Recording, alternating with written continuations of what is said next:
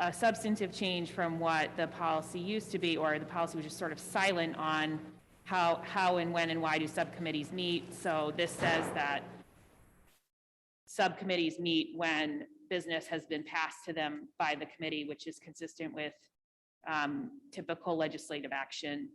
And then other than that, I may have made some changes to like chairperson instead of chairman and those kinds of things. But the cross references to other policies exist already and are part of the policy today.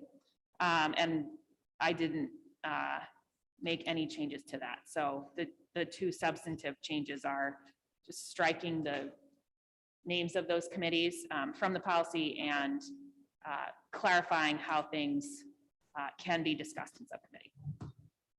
And if I may, from the chair, just number 3, it looks like we're missing a word or two within the last sentence. Yes, it looks like it should say subcommittees will.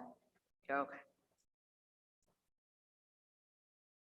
And I think it's important to note that the policy says that today. That is not an addition or a change to the policy. So yep. I know there were comments about that being confusing or like what that meant. I just want to point out that that is our policy today. So it is confusing, but it shouldn't preclude making the other changes that are listed here. Thank you, Member Graham.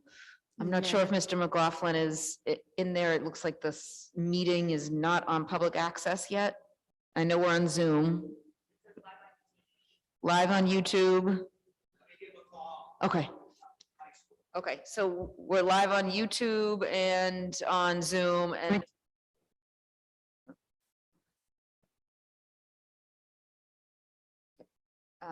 Member McLaughlin and then Member Kretz. Thank you, Mayor. I did have a question on when the will be provided with a list of its functions and duties to subcommittee. By whom? Who's going to provide that? The whole committee, or is someone being tasked to provide the list of functions?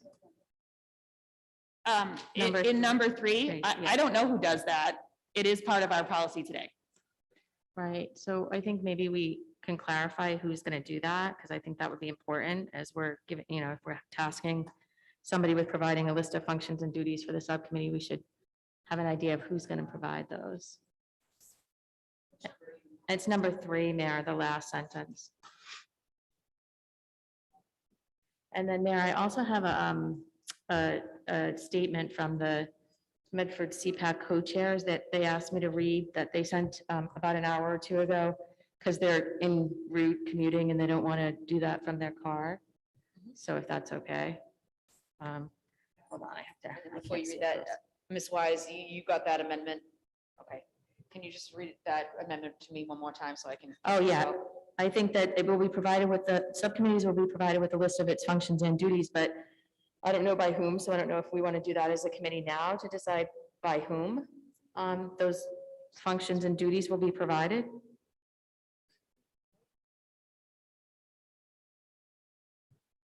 I think in the past that the mayor had gone with what people thought were priorities and then named the subcommittees and then asked each of us which subcommittees we would like to be on. I know the subcommittees have changed by title with different concerns that have come up in the previous year. So I would say put the mayor for designating the names of the subcommittees. Not the names. This is a list of its functions and duties through the chair. So yeah, the names definitely, and the assignments obviously we already have through the chair. But if we want the chair to be providing a list of the subcommittee's functions and duties, I guess is what I'm asking, or somebody else. I don't know. Member Kretz and then Member Rousseau. Just your microphone. Yep. Okay, sorry. I had the same question that Ms. McLaughlin had. I did, look at our upcoming agenda for this evening, and there's a resolution that Mr. Russo has put on with the list of functions and duties that he put together, a draft, that he's proposing to us in a resolution. So I was wondering, and I know it would take time to, probably have another committee of the whole to discuss the functions and duties that are proposed in that resolution. So I was wondering, like for now, maybe we could remove that and put it back in so that we can, kind of move forward with this resolution so that, we can begin, following the procedures of referring things to the subcommittee and going through scheduling that way. So potentially removing the sentence, subcommittees will be provided with a list of its functions and duties. I'm fine with that amendment. Okay, so we're going to, Ms. Wise, we're going to strike the last sentence of number 3.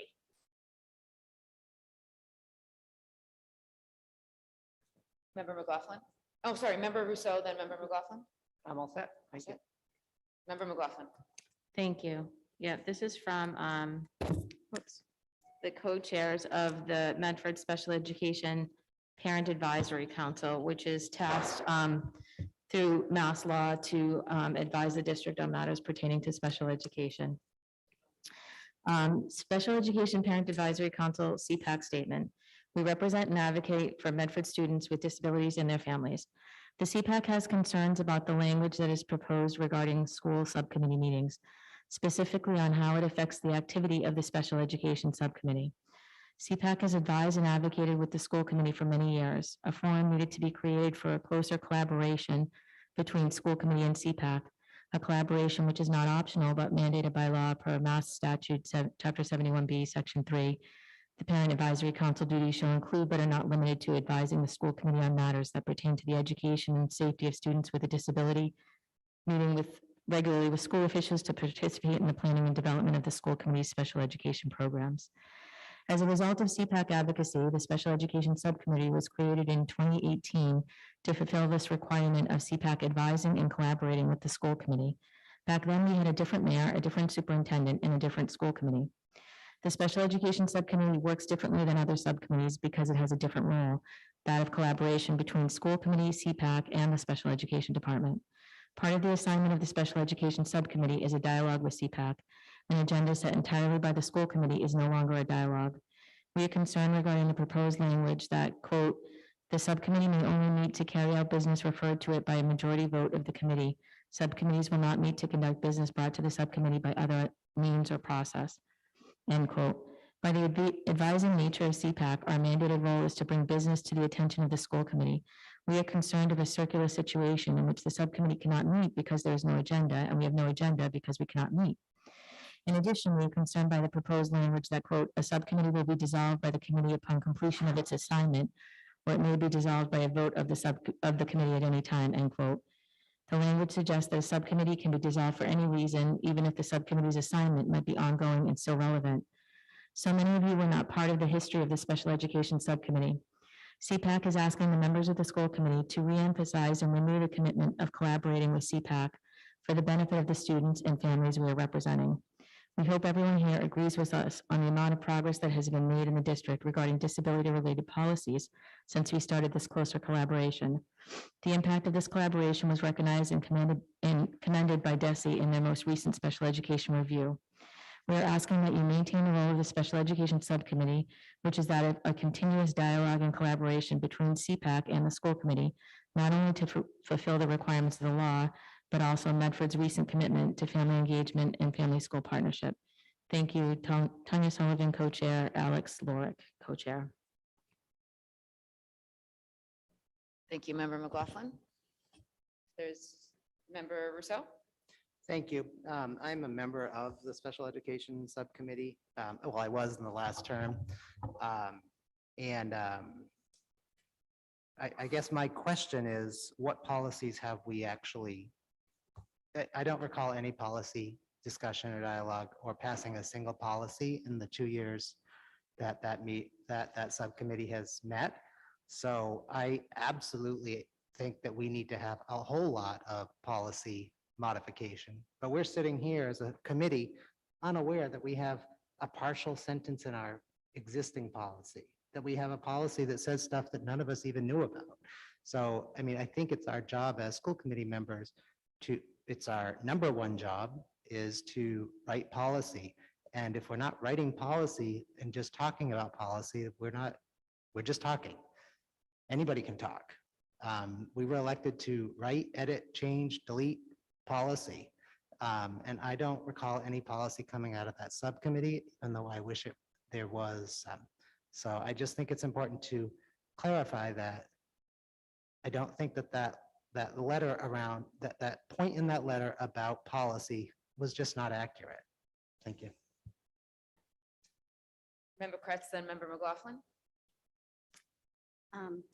Yes, I wanted to talk about what the way that I read it was, it seems like some of the subcommittees don't actually fit with the way the resolution's written because, not every subcommittee is making policies. Like, for example, the Building and Grounds Subcommittee meetings, we weren't meeting to set policy. We were meeting to talk about updates like for the Medford High School sign, hear information from the vocational principal about the great things the students are doing, things like that. We were getting updates on, the status of where things were with the generator or the boiler. We weren't making policy. And the same would be for the personnel subcommittee that I've been on. I think that there's been a resolution on the agenda, to have some descriptions of, occupations, which, could be some sort of a policy, but that's not everything that takes place in the personnel subcommittee. We've met to interview for new hires, things like that. So, I think, I can understand what the CPAC board is stating in their email because, not every subcommittee is setting policies all the time. Yes, sometimes we will set a policy in the subcommittee, occasionally for some, but not for all. It's not all about policy making.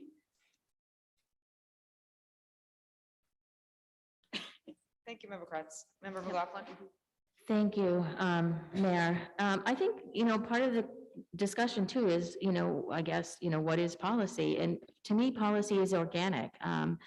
I have a master's degree in education policy and management from the Harvard Graduate School of Education. And one of the things that I learned there was that policy was participatory. So we get feedback from our community on how we set policy. That is what the subcommittees are intended for, in my opinion. And there are some things that have been brought to the school committee that were recommendations for policy. Some of them were adopted, some of them weren't. Specifically, one of the things that we had asked for several years as policy was that there be a subcommittee created for special education. And for 3 years, the CPAC, of which I was the former co-chair, so full disclosure, had asked for a subcommittee and that as being set as policy, and that wasn't. So this is part of the discussion is that, we also have what was created through our discussions, and that did not need to go to policy because they were curriculum matters or other matters, was a disability-related curriculum was created as a result of the special education subcommittee working with community members and the Director of Pupil Services and Susanna Campbell to create a pilot program for disability-related curriculum, much needed in our district, and also something that we had recommended previously as a CPAC to the school committee, which was not adopted, but specifically they don't have the purview over curriculum anyway, so this was able to go that way. We've also, the Special Education Subcommittee also helped create professional development, again, working with community members and the school. And that's the whole point of this. It's back to family and community engagement and bringing community members together with school personnel, with school committee members to have an organic discussion around what policy should actually be and what should be recommended to the school committee, as opposed to just making our own policy and passing it here among the 7 members. Thank you. Mayor? Thank you. I think that practice is certainly organic and but policy should be black and white, printed, well, in our manual and enforceable. If it's organic, then how can we hold the superintendent accountable to enforcing our policies that we pass? She needs to know in black and white what we said is our policy. And if we don't, then it's up to her. And we can't come back and say, you didn't enforce the policy. I mean, we had a conversation here last year about the out-of-school suspension. And I had made a comment that was rebuffed by the assistant superintendent and probably the superintendent. I can't remember the details. And they were right, where I said, well, I'm sure if things are really bad, like somebody, commits a murder, our policy doesn't have to take that into account. The superintendent will just do what she should do. And the point that they made was that we should not be passing policy that intends for it to be violated in certain circumstances. That's just not, that's like this isn't law, but it'd be like passing a law that expects people to just break the law when it's appropriate or inconvenient. So I don't disagree that practice is certainly organic, and when practice is changing, policy should be changed, but what policy is absolutely, in my mind, 100% not organic. Policy can certainly be written to be vague where it can't be too detailed. Sometimes there's just no way to be as explicit as we perhaps would like. An example is the out-of-school suspension policy, where we left that except where the law requires, for instance, a suspension or expulsion or whatever we said. So we didn't go into the gory details. We sort of left a vague sentence that covered our bases. But I think that policy is absolutely not organic. It's on paper, and that's our job. It's our number one job, is to, if practice is not matching policy and we like practice, it is our responsibility as a legislative body to write a motion to change the policy to match what we want it to. It is not to say, well, that's not what really happens, and just move along. I mean, that's why we have probably hundreds of policies that are out of date. Mayor? Yep, and if I may, and I'll give you the floor back, just so I would understand it then, if we approved this change to the policy, I know Member McLaughlin in her Behavioral Health Committee, Special Education, they discussed like a buddy program and roundtabled that. So would this deter that committee to be able to discuss, great ideas, but not necessarily set policy? Mayor? Member Rousseau. Well, it would be, a member could put a motion to send to the subcommittee a recommendation on whether to implement or how to implement. Implementation is definitely not our responsibility as a school committee, but whether or not to write a policy requiring that the buddy program exists in all of the schools and at what levels. But all that work around the buddy program in the subcommittee that didn't come to this committee, there's an implied expectation that the full committee already agreed. The new sign at the high school, I think, is gorgeous. I saw it again the other day when I was signing the bills. It's beautiful. I don't know that the full committee said to the subcommittee, hey, go do a sign. I think it started in the subcommittee. So all that work was done, all that excitement happened. It came to the full committee, and we were all essentially screwed. What were we gonna, if we decided we didn't want to have the sign, we would have all looked like jerks, because all the work had been done. The work should not get done if this committee does not, by a 4-vote majority, agree it should get done. If that's baseline. So doing work as members, we should all be doing work as members, and we do, but that's not committee work. That's not with the authority of the school system or with the spending of resources of the school system. Maurice comes to those meetings. Superintendent Edward Vincent comes to those meetings. Director of People Services comes to those meetings. These are people who are all getting paid to be there. And none of us as a full committee asked them to do that. And to me, that's just, it's not that the work isn't good or that the work shouldn't continue. It's that we should be voting for work to happen before we spend money on the behalf of the taxpayers. None of us have that authority as individuals or as subcommittee chairs. Mayor? Member McLaughlin. Thank you. I want to clarify for the record that when I was saying policy is organic, what I'm saying is the process of setting policy is organic. It requires community engagement and uh, staff engagement and administrative staff engagement. And that's part of the process in making policy. We do roundtable these things to see if policy needs to be set or not set, or come before the subcommittee or not. Our specific goals for subcommittee, our requirements are to approve a budget, evaluate the superintendent, and set policy. So some of the things that are under the setting policy are also ambiguous. So I also feel like when we talk about things being in black and white, or this is the way it should be or shouldn't be, those are subjective conversations. Law is subjective. It depends on what your priorities are in terms of subcommittee meetings. And for me, my priority is building community relationships and building relationships with students with disabilities and staff members that are special education staff members and others, non-special education, behavioral health, mental health, sitting together, being able to discuss what are the issues that need to drive policy. Because how do we know the issues otherwise? Just by getting phone calls from constituents? I mean, that doesn't make sense to me. So I don't understand that. And saying a member can put together a motion to ask if we can have a conversation about a specific subject that may or may not lead to policy, that doesn't make any sense to me. And regarding the buddy system, I mean, the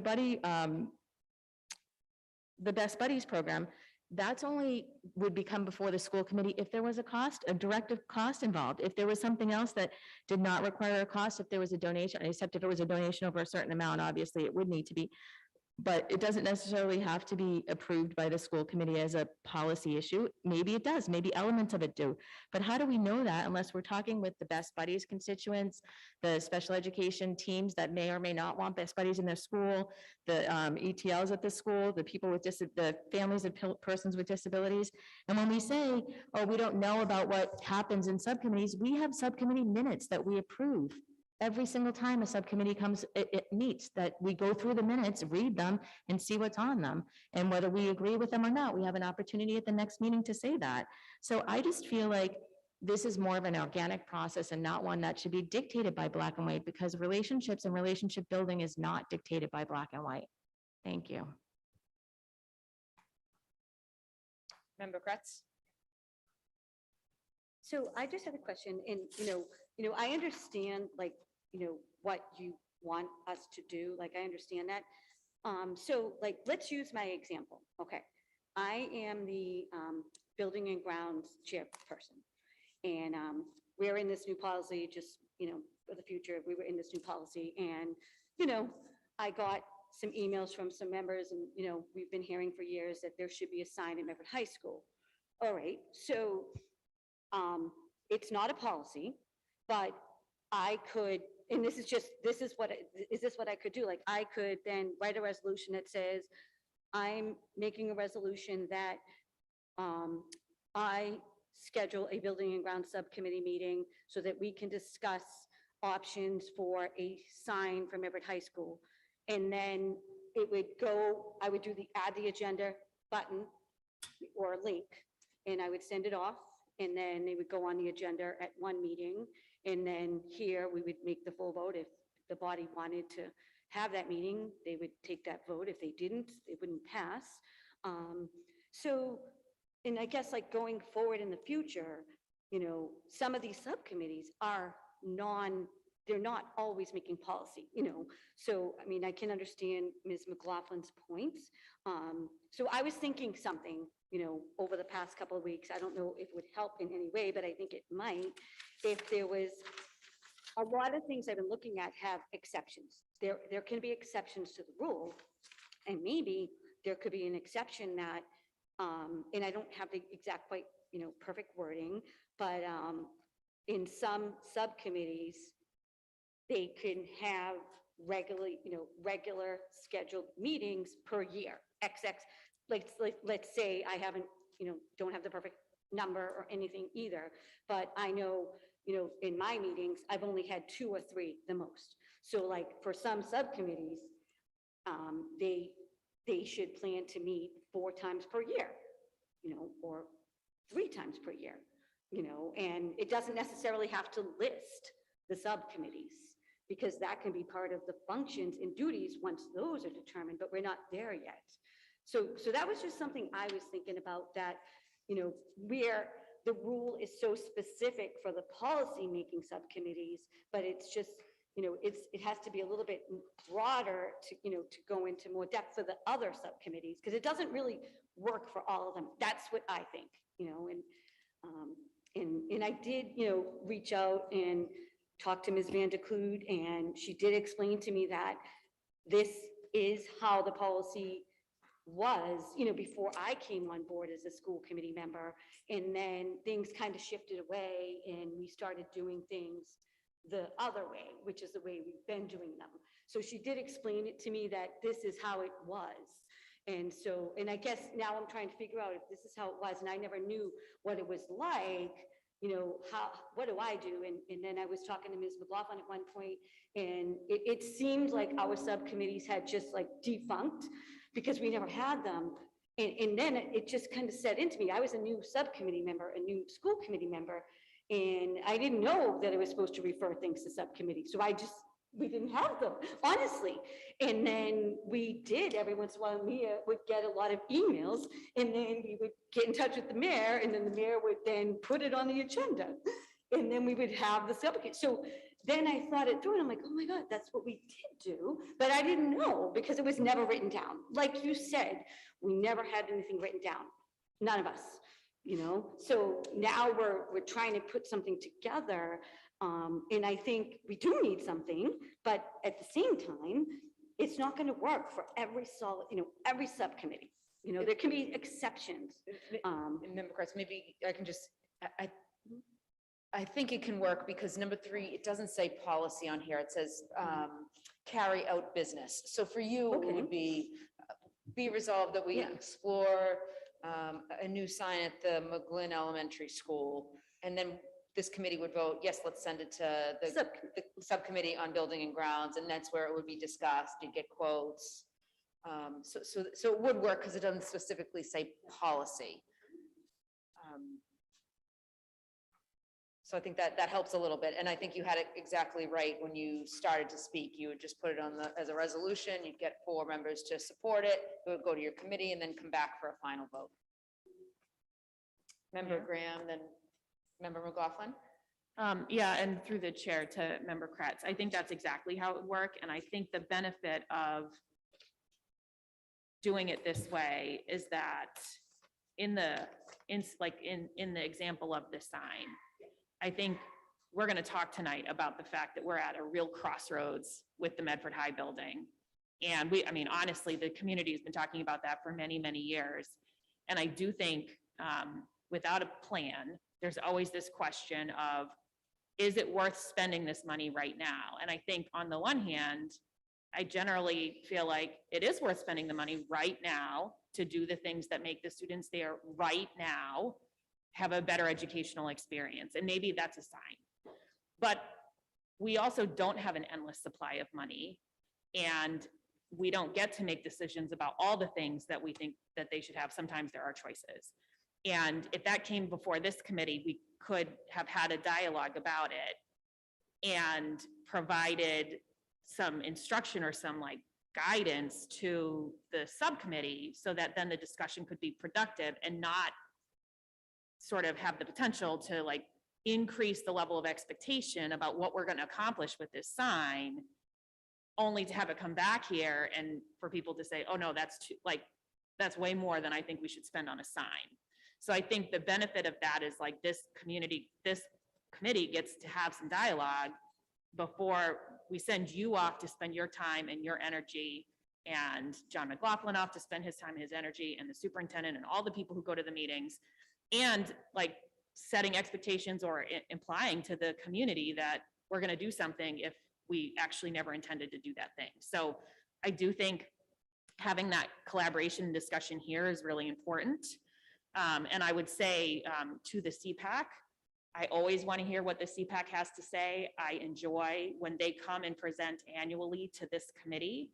And I think it would be perfectly reasonable for a committee like that to have a meeting on an annual basis to talk about, what the CPAC's goals are. I think it should tie to the, significant presentation and all the effort they put in here, but the timing of that is certainly up to the chair of that committee.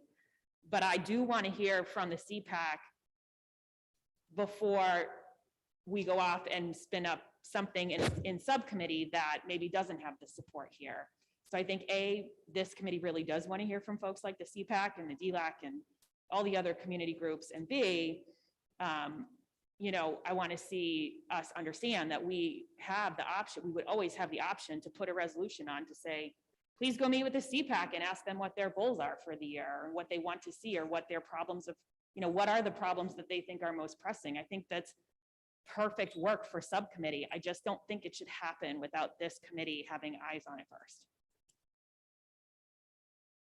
Thank you, Member Graham. Member McLaughlin? Thank you, Mayor. I would agree that there needs to be guidance on the subcommittees. When this was first proposed to the school committee, that's accurate. There were so many, we were told initially that there would not be a subcommittee of special education because there were already so many subcommittees and many of them were defunct. And so there was no structure around that. That was it. That was the whole point, that there needed to be a special education subcommittee because there was no structure around the committees that existed in the school committee prior to that. And, I'm looking back to the letter that the co-chairs wrote, and the quote that they said, a dialogue set by the school committee is no longer a dialogue. And I think that's the point, is that CPAC came to school committee because they wanted to have an ongoing dialogue with some members of the school committee to be able to move things forward, to have the director of pupil services participate in that process, to have family members participate in that process, to have students with disabilities participate in that process, so they could see the process of setting policy and come to the school committee at the end of the year and bring policy forward. Perhaps the school committee, the CPAC meeting needs to happen at the beginning of the year, and they can discuss what some of their interests and goals and what have you are, but then that's not a conversation. That's them coming forward, at a podium, standing in front of folks to tell them, to again, ask to be included. And I don't feel like this is inclusive. I feel like we really need to think about, later on tonight, we're having a meeting on like 18 pages of rules that are being proposed. This is among them. And I think we really need to think about how are we actually involving our community members in this process and what that is. And, looking at what the rules were previously, looking at what the proposed rules are, not by, by motions being moved forward, but by a collaborative process. So again, obviously, I would also say if people are interested in the CPAC and what their views and positions are, then, they meet monthly and have all sorts of presentations. And, part of the problem was that school committee members didn't come to those meetings. A few have in the years, but a lot of times they don't. And I think that's important if people really want to build relationships and build dialogue, but that hasn't happened, which is another reason that the subcommittee was created. So again, if I don't have the votes, I don't have the votes, but I want to go on the record as saying that I think that this is not inclusive, and I do not think that this is engaging families at all. I think it's actually the opposite. And I think that, as the CPAC letter stated, that the Department of Education and DESE actually lauded our district this year in their memo out to the community on what a great relationship building experience has happened with CPACs, because that's not often the case in many districts, because special education and special education needs and issues are complicated. And there can be a lot of sort of issues with families and districts, and, building relationships is really how we move things forward. And so I don't think DESE was wrong in putting that forward. I think it was a good point. I'm concerned that this will affect that relationship, and I don't want that to happen. Member Kretz? Yes, so I know I mentioned, adding an exception, to this resolution, that some subcommittees, as needed, may have, 3, scheduled subcommittee meetings, which would be like at the beginning of the year, the middle of the year, and the end of the year, so that, we could hear some feedback from, like, for example, the CPAC meeting, which is, I think that for that subcommittee, it seems like I remember when Erin had taken on that responsibility and she took it upon herself and she held those meetings and invited everybody to those meetings. And it was very productive and the results were shared and it was a good working relationship. I mean, if 3 is too much, you could start with 2 and then add, like, that's why I was thinking of adding it as an exception. I'm saying for my committee, I don't think I'm going to have a problem with my committees adding it as a resolution. But, when I think about Ms. McLaughlin's committee, that seems a little bit difficult because, we have been having them regularly scheduled just the past year, like, on a regularly scheduled calendar event. So it just seems very abrupt. We're going to, discontinue that. And I understand that, it's involving a lot of personnel and their time. And I understand that, that the time is associated with the monetary value, because they're spending the time at those meetings. But, if they're informational and we're sharing information and, we're receiving information from the public, I think it's beneficial to continue with the meetings, if it was agreeable with all the individuals involved on the specific number of meetings per year, and that's why I say, like, to start, have 2. I mean, I'm just thinking, and I'm getting ahead of myself, but like reading the policies that were set forth by Mr. Russo. In his policy, one of them mentions having, 2 annual meetings with city council. Okay, so that's specific in his rules and functions. Why can't we have something specific in the rules and functions specifically pertaining to the CPAC, and their disability, committee, the behavioral health special education? I mean, I know that I'm kind of getting ahead of myself because, we are at the beginning stages of writing documents and, it's the first time we're doing this. We've never done this. So we want to do it and we want to do it right, to make it fit for everybody. And some of them, it's just not going to fit for everybody.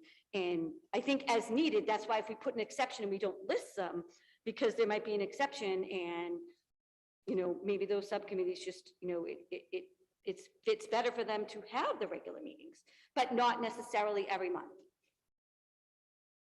That's just an idea. Mayor? Member McLaughlin?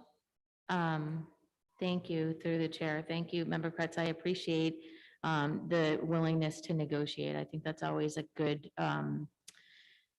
characteristic and a colleague and school committee member and other politicians. And I think negotiation is a really important part of the process. And I think, I question whether all or nothing is in fact, again, a collaborative process. So I'm certainly open to some discussion around negotiation on the topic, but I also did want to mention that in addition to the CPAC relationship with the school committee and the special education department, and it being recognized by DESE, we also had people from other towns coming to meetings and commenting about the work that was happening in the district regarding special education.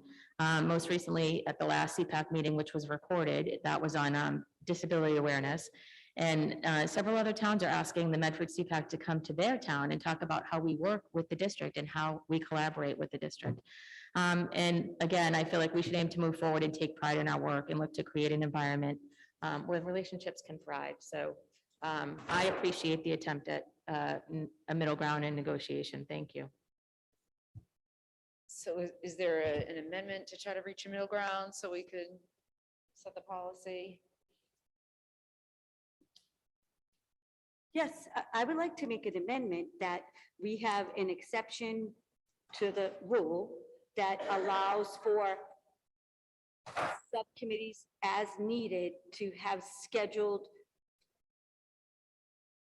let's just say for the purpose of the document, to have 2 or 3 scheduled subcommittee meetings per year.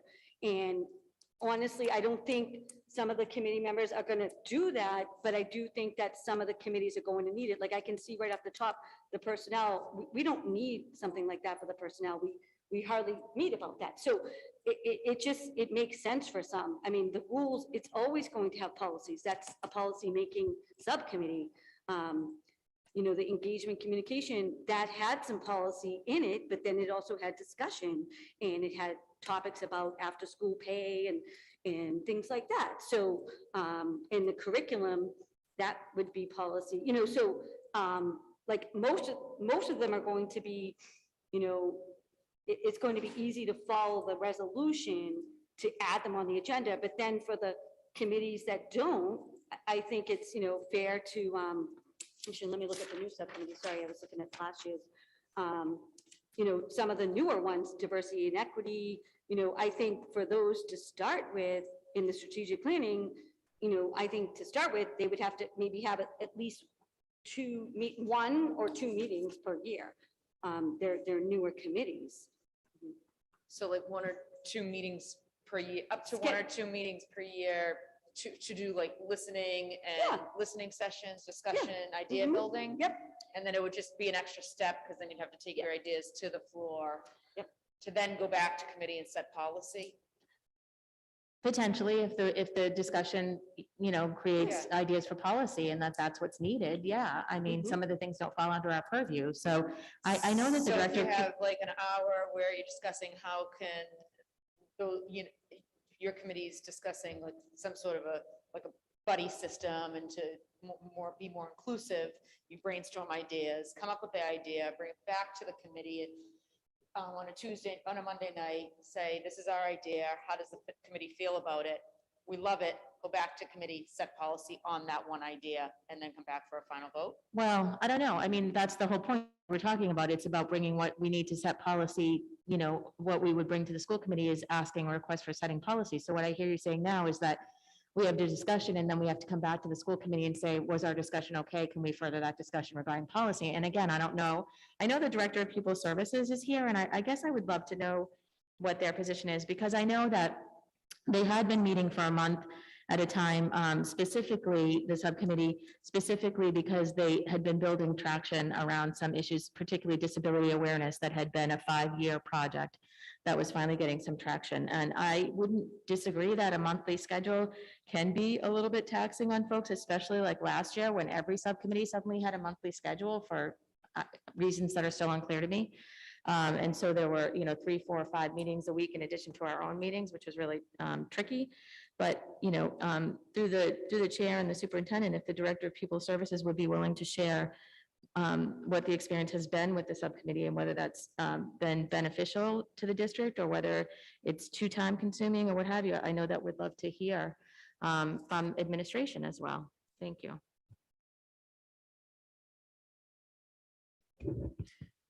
So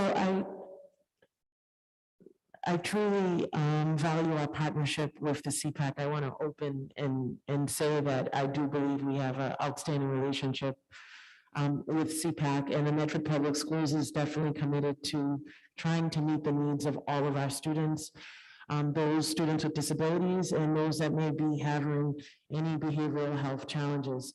I would just say, in terms of all of the subcommittees, when we were looking at the totality of the amount of meetings that we were having, that it really was taxing. I mean, everyone has a certain bandwidth and capacity for the work. And I do think that for some of the meetings, we had to call on the same representatives multiple times. So I do think that there can, you know, be a balance. So, you know, as you're having this discussion about maybe how much is too much and how much is enough, I think the meetings should happen, but they should happen not necessarily on a monthly basis, depending on what it is. When I would think about the way we had operated, being able to give the other members of central administration like almost like a format or a template in advance.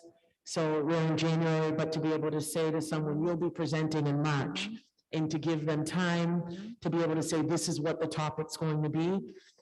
if it's something that needed to be presented to the entire committee.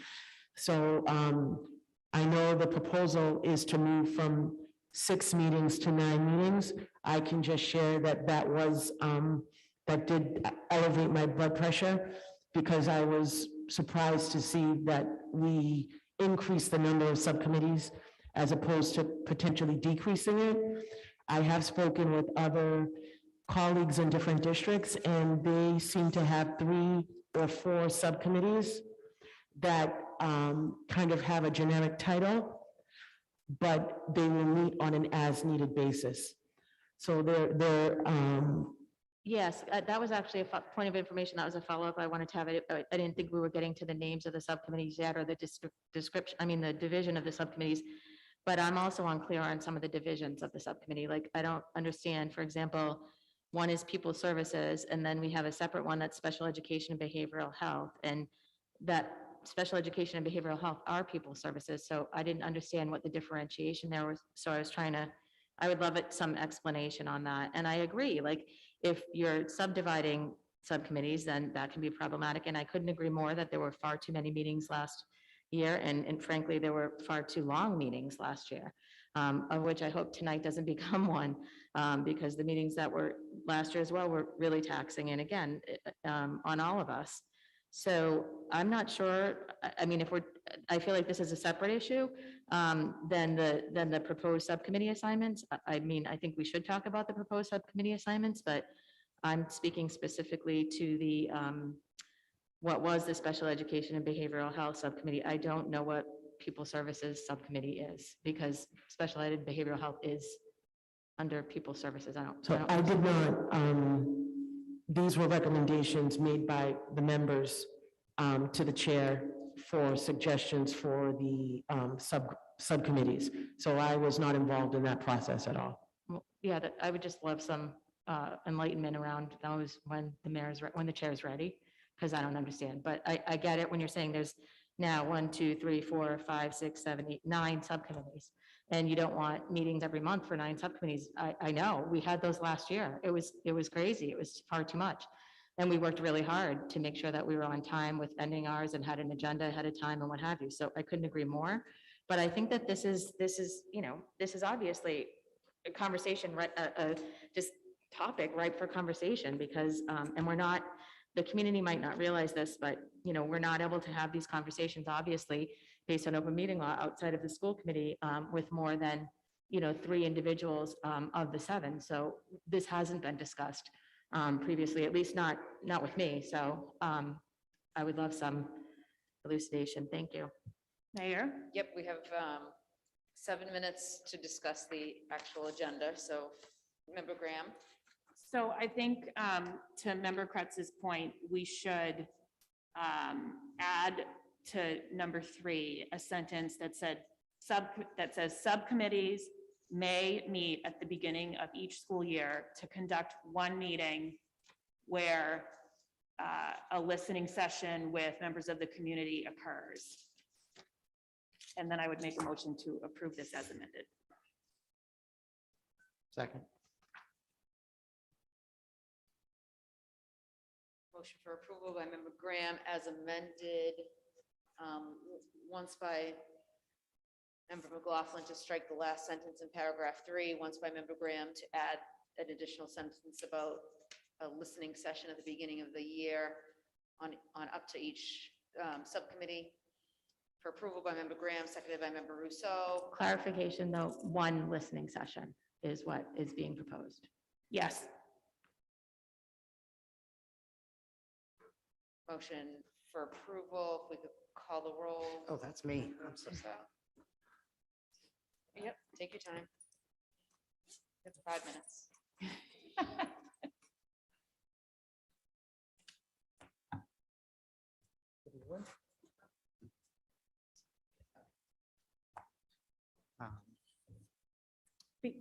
Before we take the vote, could I just mention, Member Kretz. just on the amendment, so have 1 meeting per year, listening session. And maybe, and if needed, to have an additional meeting if necessary, something like that. I am not in favor of that amendment to the motion that I have on the floor. Should I call the roll? But the beginning, I think, leaves it open-ended, so the beginning of the year could be January, February, March, April. I mean, because there are a number of committees, and I'm sure not all of them have listening And it's not going sessions. to list the subcommittee, so it's not going to exclude any subcommittee. It may if they want. May to. do it on, It may yeah, or may correct. not. Yeah. Okay. be a way to brainstorm ideas, Mhm. to get proposals that you want to bring to the committee, to hopefully get a majority vote, to then discuss policy, go back to the committee and discuss either the business or the policy. Okay, roll call. Member Graham, Yes. Member Hayes, Yes. Yes. Member McLaughlin, No. Member Mastone. Member Rousseau, yes. Member Mayor Longo-Kern. Yes. 6 in the affirmative, 1 in the negative, the new policy passes. Is there a motion to adjourn? Mayor, actually, what about these proposed subcommittee assignments? I don't see that on our agenda. But it's on our list of, it was included in the subcommittees, so do we have to put it on the agenda for the next session then, before we can actually Oh, have? Medford School, the school committee maintains a set of standing subcommittees during each term. It may establish special subcommittees for specific purpose to make recommendations for committee action or policy. Mayor, the agenda does say that we're discussing the structure and function, so I think it's reasonable for us to talk about the structure of the assignments. Okay. Member McLaughlin? Oh, I'm just asking, I don't know the difference between the pupil services and the special education and behavioral health subcommittees.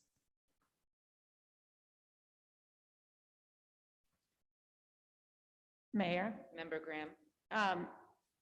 It's my understanding that the way that the subcommittee works today is there are actually 2 subcommittees really happening in one. One is special education and one is behavioral health, and they're 2 different topics that do sometimes bring different folks to the meetings.